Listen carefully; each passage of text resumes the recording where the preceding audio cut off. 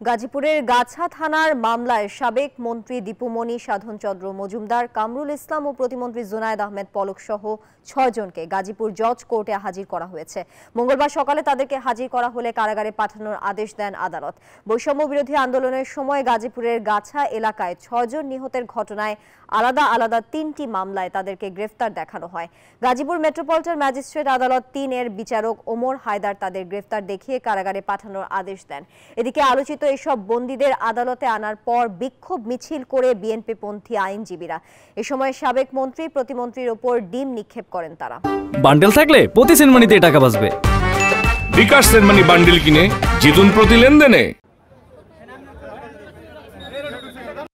নির্বিচারে গণহত্যা, সেই ৩টি গণহত্যার মামলার তারা প্রত্যক্ষ মদতদাতা এবং সরাসরি তারা আসামি। এই ৩টি গাছা থানার মামলায় তাদেরকে সুনির্দেশ দেখানো হয়েছে। আজকে আদালতে শুধু এতটুকুই, তাদেরকে মামলায় যে সম্পৃক্ততা পাওয়া যায়, তারা এই মামলায় জড়িত থাকার সুনির্দিষ্ট প্রমাণ পাওয়া যায়, এই মামলায় তাদেরকে সুনির্দেশ দেখানো হয়েছে।